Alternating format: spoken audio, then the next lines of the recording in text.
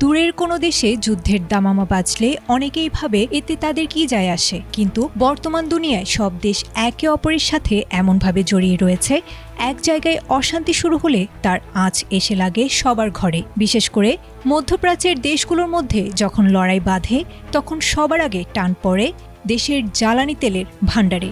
গাড়ি চালানো থেকে শুরু করে কারখানায় পণ্য উৎপাদন, সবকিছুর খরচ এক নিমিষেই বেড়ে যায়। ইরান ও ইসরায়েলের মধ্যকার এই সংঘাত আমদানি নির্ভর দেশগুলোর কপালে যেন দিনকে দিন দুশ্চিন্তার ভাঁজ ফেলে দিয়েছে।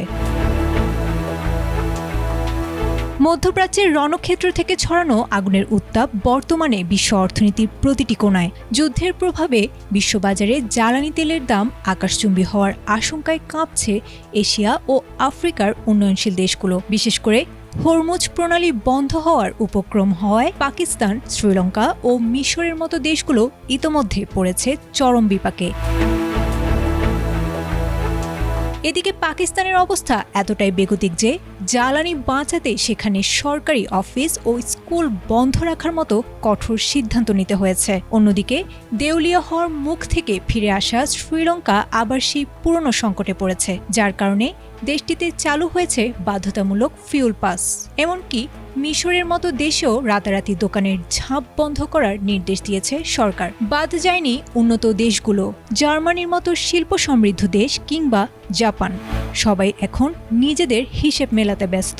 জ্বালানি আমদানির জন্য যাদের সিংহভাগ তেলের ওপর নির্ভর করতে হয়, তাদের মুদ্রার মান বর্তমানে ডলারের বিপরীতে কমতে শুরু করেছে। ভারত ও বাংলাদেশেও এর প্রভাব স্পষ্ট বলা যায়। জ্বালানি তেলের দাম বাড়লেই শুধু যাতায়াত খরচই বাড়ে না, এর সরাসরি প্রভাব পড়ে চাল, ডাল ও গমের মতো নিত্যপণ্যের দামে। বিশ্লেষকদের মতে এই যুদ্ধ যদি দীর্ঘস্থায়ী হয়, তবে বিশ্বজুড়ে মুদ্রাস্ফীতি নিয়ন্ত্রণহীন হয়ে পড়বে। সাধারণ মানুষের জীবনযাত্রার মান কেবল নিচেই নামবে না, অনেক দেশের অর্থনীতি পুরোপুরি স্থবির হয়ে যাওয়ার ঝুঁকি তৈরি হওয়ারও আশঙ্কা রয়েছে। আয়েশা আক্তার, এটিএন বাংলা।